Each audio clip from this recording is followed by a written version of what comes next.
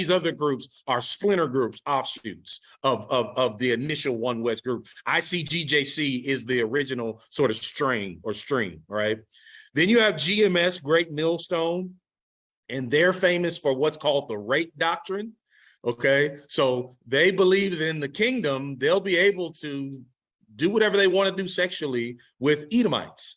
And many of them look forward to that time in the kingdom where they'll be able to engage in these activities with Edomites or non-Israelites, right? And then you have the Sakari group. And again, these are just some of the One West groups. There are many more One West and One West style groups, but these are the most well-known. These are the most visible, particularly Israel United in Christ. And this is a perfect scripture to start off with in response to this individual's statements. 2 Corinthians 6, verse 8 in the New Living Translation. We serve the Most High, whether people honor us or despise us, whether they slander us or praise us. We are honest, but they call us impostors. We are ignored, even though we are well known. We live close to death, but we are still alive. We have been beaten, but we have not been killed. I want to start by giving all the praises, glory, and honor unto Yahweh, Ba'ashim, Yahushai, Ba'ashim, Arachak Wadash. Double honors to the elder apostles and bishops of the great millstone who rule well. Peace, blessings, and salutations to the hopeful elect tabernacle of David, scattered throughout the four corners of the earth. And you heard this guy, this individual right here that you saw on the screen, giving his biased dissertation on us, even though he doesn't personally know who we are, probably never, been to one of our camps and conversed with us, but this is his, dissertation based on maybe what he heard from people that have, watched videos on us, or maybe clicked on a video that was doctored up by one of our adversaries, all right, that don't like Great Millstone or One West groups in particular. And this formula it is, I believe, is taken from the likes of the snakehead, all right, Heyman Malone. Okay, I mean, his approach is a bit similar, going into the history and teaching of each group and categorizing us.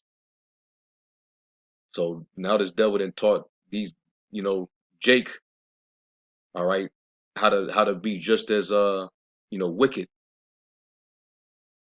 But like the scriptures say, you can't do nothing against the truth before the truth. All right. But that was very disingenuous for him to, give that biased dissertation, as if, that's really what we're most known for. I mean, that's one of the things that gets highlighted all the time, because when it comes down to dealing in the scriptures, they know that, Great Millstone, we're equipped. We will get into them scriptures with you, and if you're not on the level, you will get grinded to powder. That's why there was the spirit that gave that name to, Great Millstone. The apostles and elders didn't name themselves that. People come against these men and various brothers that come up under them when it comes to the doctrine, and they get, hewn down, they get diced to pieces. Like if you saying what you saying about us, but if I dare you to reply or come on one of our videos and challenge us on what we teach, or even come out to the camp. All right, you claim you're contending for the faith. That's what we're most known for. All right, we're known for being on the defense for the gospel. We rebuke everybody, and that's why we're the most disliked Israelite group in Israel. It's like it says in Amos 5, They hate him that rebuketh in the gates. All right. And so what if, you know, because he's trying to downplay our ministry by, pointing out certain things that would be a bad taste in other people's mouths if they heard it. And what these Christians like to do is they like to uh, tap into people's emotions so that they can have a preconceived notion about us. It's all biased. They don't like to deal with the scriptures without taking their emotions out of it. All right. But that's a fail. If you're trying to make us look bad by saying what you're saying, that's a fail. Because what we teach is right out of the Bible, right? We're known for the what they call the grape doctrine. Well, we always go to the law and we pretty much break it down. Like if this was something that actually occurred amongst us in the law, this is how we dealt with the situation. All right, and we've been through this many times, man. All right, it's like you're not Deuteronomy 28, Deuteronomy 22 and 28, and I could just go straight here to this one translation, and then I can pretty much end the video. It's like, what are we talking about, right? Deuteronomy 28, 22 and 28, it says, suppose a man has intercourse with a young woman who is a virgin, but is not engaged to be married. If they are discovered, he must pay her father 50 shekels of silver. Then he must marry the young woman because he violated her. How did he violate her? Because he took it. All right. And he may never divorce her as long as he lives. This is in the law. This is in the Bible. Okay. So, I mean, if we're going to be the most famous for bringing this out, as if, we inserted this into the scriptures, like this is a new invention of the teachings of the Bible or something. Like we came up with that. The apostles came up with that. This come on, man. This been in the Torah since Moses brought it down to us. Jake is super emotional, man. Let's get another translation. Let's go to the NIV. Just read it in NIV. It says, if a man happens to meet a virgin who is not pledged to be married, and what? So I'm gonna use the term ravish, all right? Because there's even sensitive algorithms around this word too. Where you can they can strike you. So I'm not going to even say that term, all right? But you see it right here, all right? And ravishes her, and they are discovered. He shall pay her father 50 shekels of silver. He must marry the young woman, for he has violated her. He can never divorce her as long as he lives. All right. And all for pointing this out that this is actually in the law, that means that we're famous for it. A lot of Jake, pretty much play with fire when they slander us. All right. Because everybody's gonna have to give an account. They have to, answer for what they say. Especially if it turns out we are the men of the Lord. Every idle word you must give an account, man. But hey, this is what we got to deal with. Being defamed, we entreat. Was that 1 Corinthians 4 and 13? So we deal with that. Or 1 Corinthians 4 and 13, it says, being defamed, we entreat. We are made as the filth of the world and are offscoring of all things unto this day. All right. A lot of people like to call us, rapists and pedophiles and things that we know we're not. because those are the worst things you can call a man. And we've been called those things, for years. And a lot of dudes have not repented of it either.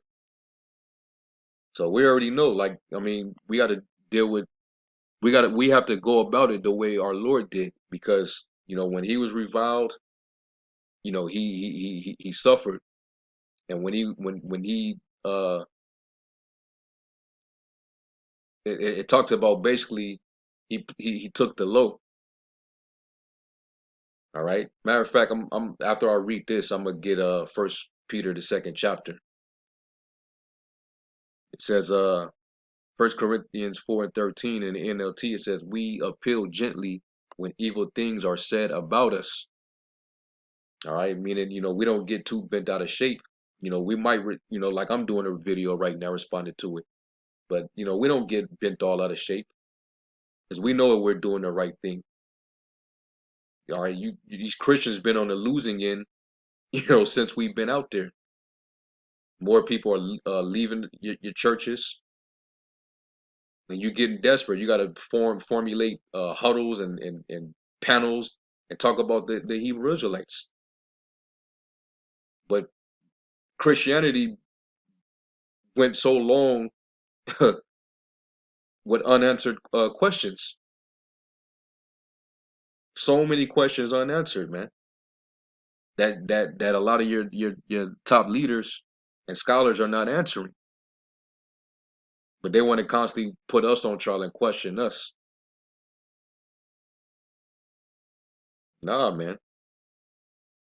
Christianity is old news. It's dying out because the truth that have been without fruit so long is now being declared. And now Christianity has lost all credibility. All right. Because the world has not progressed. All right. Since Christianity went widespread. All right. Throughout the world. The world has become more degenerate, more under a dark vibration. All right. Universal deceit, lawlessness, a lot of wars, a lot of bloodshed. All right, you got the LGBTQ community that's managed to infiltrate the church, and a lot of you Christians, you're quiet about it, but you want to talk about us. Y'all on the losing end. You on the losing team. You might want to hop on the on the train, all right, and return back to the Father in spirit and in truth, acknowledging who you are. You're an Israelite. But Israelites are the only people that go against themselves. That's how stiff-necked and rebellious our people are, man. All right. But let me go back and read it again. It says, "We appeal gently when evil things are said about us." And Yahushua already warned that would happen. All right. Like we always go to Matthew 5, where he said, blessed are ye when men shall, revile you and persecute you and say all manner of things falsely against you for my name's sake. Yeah, man. Basically be happy about it. All right? Because the old prophets of old, they were persecuted in the same way. Jake will say all type of slanderous shit about you. All right, because Jake is we a sinful nation. It says, yet we are treated like the world's garbage, like everybody's trash, right up to the present moment. All right, and hey, that's what we have to endure. Okay, let me get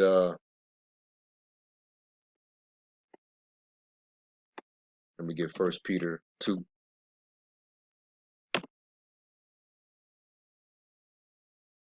First Peter 2:20, it says, "For what glory is it if, when ye be buffeted for your faults, you shall take it patiently?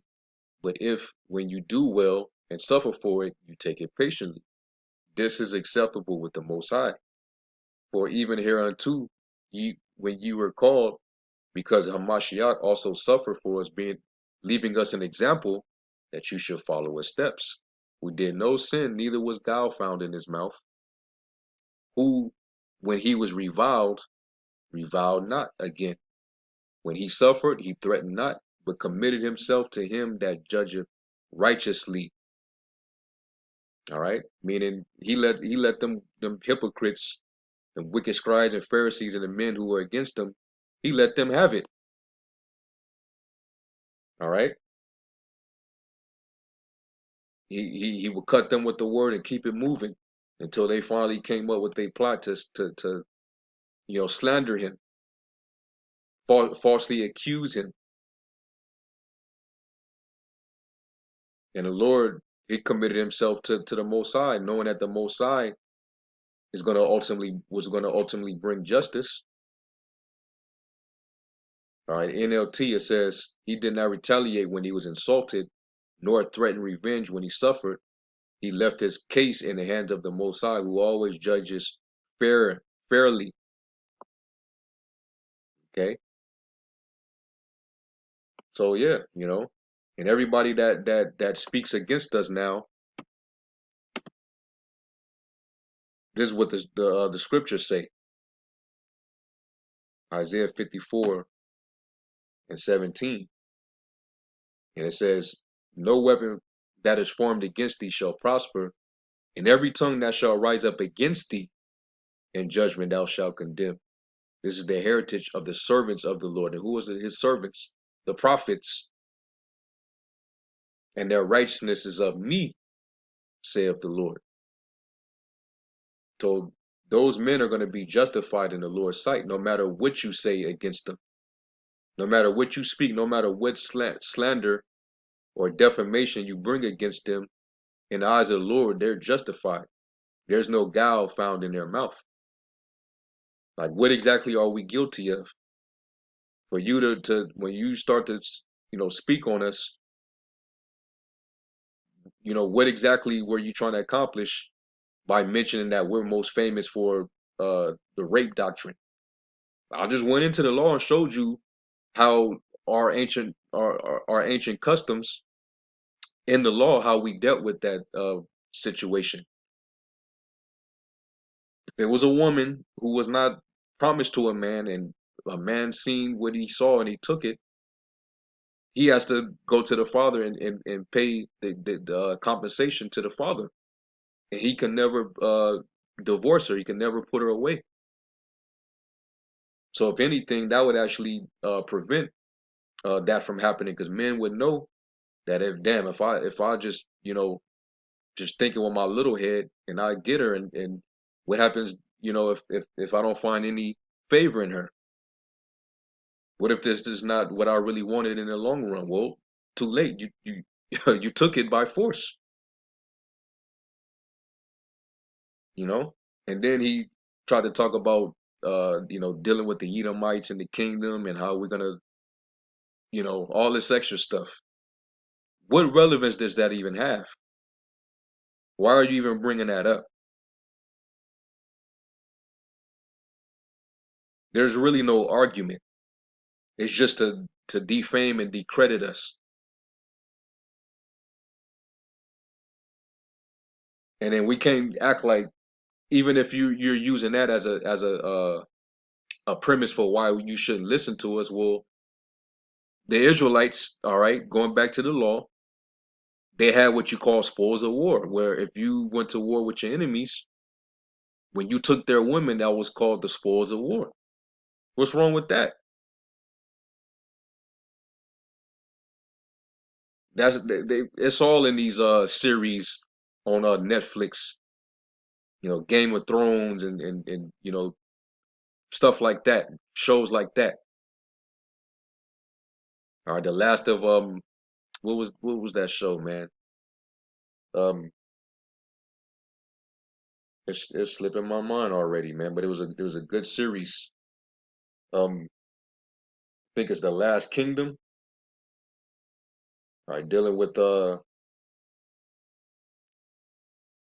Yeah, the last kingdom, all right, which is a good series, are dealing with the Danes, the British, the history of the different wars and battles that they had for land, and when they were going into these battles and fight, they was known for snatching up the women.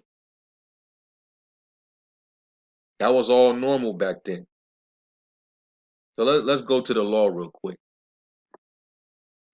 So again, does this disqualify us? Are we wrong? Or I mean, wh- what exactly was the purpose of even mentioning that?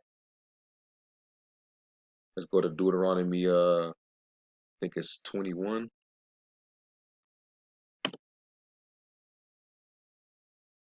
Yeah, Deuteronomy 21 and 10. Let me go to the NLT actually. See what that say. Deuteronomy 21 and 10. Suppose you go out to war against your enemies, and the Lord your power hands them over to you, and you take some of them as captives. And suppose you see among the captives a beautiful woman, and you are attracted to her and want to marry her. If this happens, you may take her to your home, where she must shave her head and cut her nails and change the clothes she was wearing when she was captured. She will stay in your home, but let her mourn her for her father and mother for a full month. Then you may marry her, and you will be her husband, and she will be your wife. All right, there it is. So that's right there in the law. Okay, and in the kingdom, the law, statutes, commandments is going to be in us. Everything's going to go back to the way it originally was supposed to be. Everything is out of order now. Like you men are not even men anymore. Especially Christianity then turned you men into boys. You're not even men anymore, man. You can't even deal without your emotions. All right, but we're coming from the standpoint of the scriptures, and we're not ashamed to profess it. Yeah, it's right. It's in there. And and also for those of you that have been watching, you know that the apostles they've said that in the kingdom we're not going to really have to take any woman by force. We're going to be desired because of who we are in the world, our status. We're going to be kings and priests. We're going to have spiritual power. We're going to be royal. We're going to be super wealthy. So why would we have to take women? We're going to be given women. Women are going to come to us. It even tells us in Isaiah that 7 women shall take hold of one man. So there ain't gonna be no need to snatch anything. All right. But he just took what he wanted from whatever content or whatever video he saw, or what he may have heard from an individual that disliked us, and now he's using that in his biased dissertation. Because Christianity is losing steam, and you're losing credibility. The Israelites then made you Christians, all right, become the object of scrutiny when it comes to religion, because we pointed out all of the falsehoods, all right, the strongholds, and we've been breaking them down through the spirit and power of Yahweh Shem Yahweh Shai. And really, you Jakes, you're supposed to see how those those strongholds is being broken down. You're supposed to be coming up out of those prison houses, man. Now that them bars are being broken down, you should be trying to run out of those prison houses, whatever denomination you're a part of. You should be able to run out of there and see that you was living a lie this whole time. But as Jeremiah, the Lord spoke through Jeremiah. Israel's a homeborn servant. You know, is he a slave? Is he a homeborn servant? Why is he spoiled? All right, but I mean, I went what he's talking about. I just went straight to the law on that. Deuteronomy 21:10 down to 13. All right, and then also you go to the previous chapter where it talks about the spoils of war when you go into a city and wage war against it. Is Deuteronomy 20 and verse 10. It says, "As you approach a town to attack it," and we did this to the other nations that were round about us. We wanted to do this to each other. All right, showing you that this pertains to our enemies. It says you must first offer its people terms for peace. If they accept your terms and open the gates to you, then all the people inside will serve you in forced labor. But if they refuse to make peace and prepare to fight, you must attack the town. When the Lord your power hands the town over to you, use your swords to kill every man in the town, which you may keep for yourselves all the women, children, livestock, and other plunder.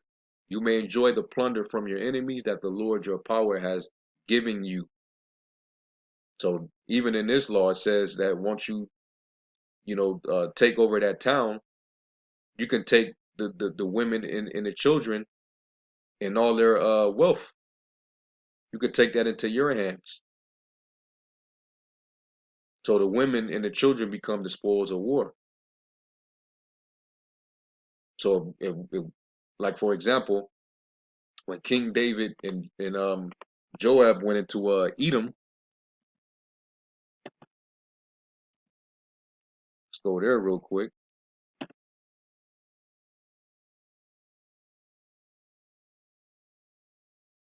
Yeah, like I said, First Corinthians, First Kings 11:14. It says, "And the Lord stirred up an adversary unto Solomon, Hadad the Edomite. He was of the king's seed in Edom. For it came to pass when David was in Edom, and Joab the captain of the host was going up to bury the slain, after he had smitten every male in Edom. For 6 months did Joab remain there with all Israel until he had cut off every male in Edom." So why were they cutting off all the males? Because the men, they're the resistance, they're the defense. The men who go to war for the nation.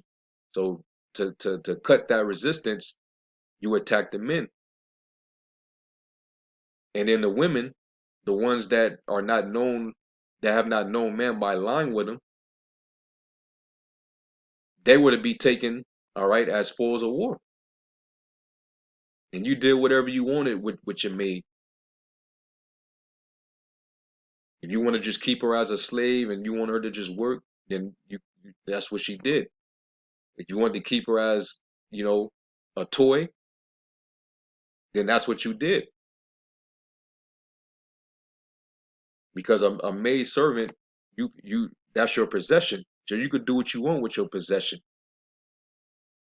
Like I said, this guy, you could tell he's going through the emotions while trying to break it down. Let's go to Leviticus 25 and 44. And David and Joab, man, they was taking them Edomite women, and they was tossing them up, man. You can't tell me he wasn't. All right, they was getting them Edomite women.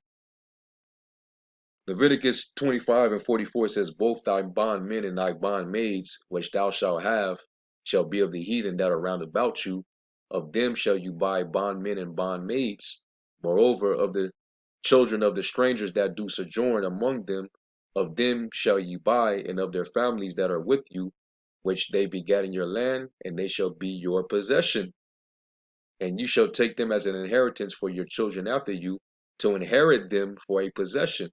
They should be your bondmen forever. But over your brethren, the children of Israel, you shall not rule over one another with rigor." So back in the law, if we conquer another nation and we take them to be, slave men and slave women, they become our possession. You could do what you want with your possession, man. All right, and really ain't even your business, what a man does with another woman, regardless of what nationality she is, man. Why is that your concern? Let's get Proverbs 30 real quick. Proverbs 30 and 18, it says, "There be three things which are too wonderful for me, yet four which I know not. The way of an eagle in the air, the way of a serpent upon a rock, the way of a ship in the midst of the sea, and the way of a man with a maid." All right. You don't need to know of a man in his way with his woman. Okay. But he made that all about his business just to, you know, throw shade on us. Like as if that's the only thing we teach or we're big on. But I just showed you right there, even if that's what you get from it, that's what you say we're about. Well, everything is proven right here in the scriptures. All right, it's right there. We accept it right in the scriptures. So now what? And get in the kingdom, yeah, we're gonna have our heart's desires. That's written too. We're gonna be able to do what we want as long as it's in righteousness, as long as we ain't going off in the law. And according to the law, we're not. What you're saying that we're known for saying is not going against the law. So what argument do you have now? Christians is weak sauce, man. It's time for y'all to step it up. These little panel meetings that y'all got or having, it ain't doing nothing. Okay.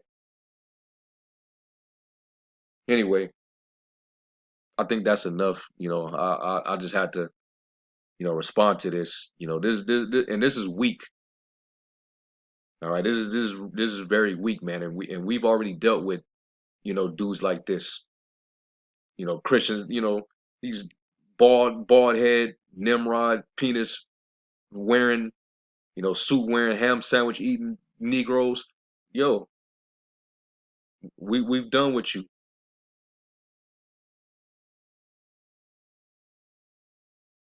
All right, play it out, man. Anyway, I'm gonna close. I'm gonna give all praise, glory, and honor to Yahweh Shem Shai. And to the next lesson, Shalom.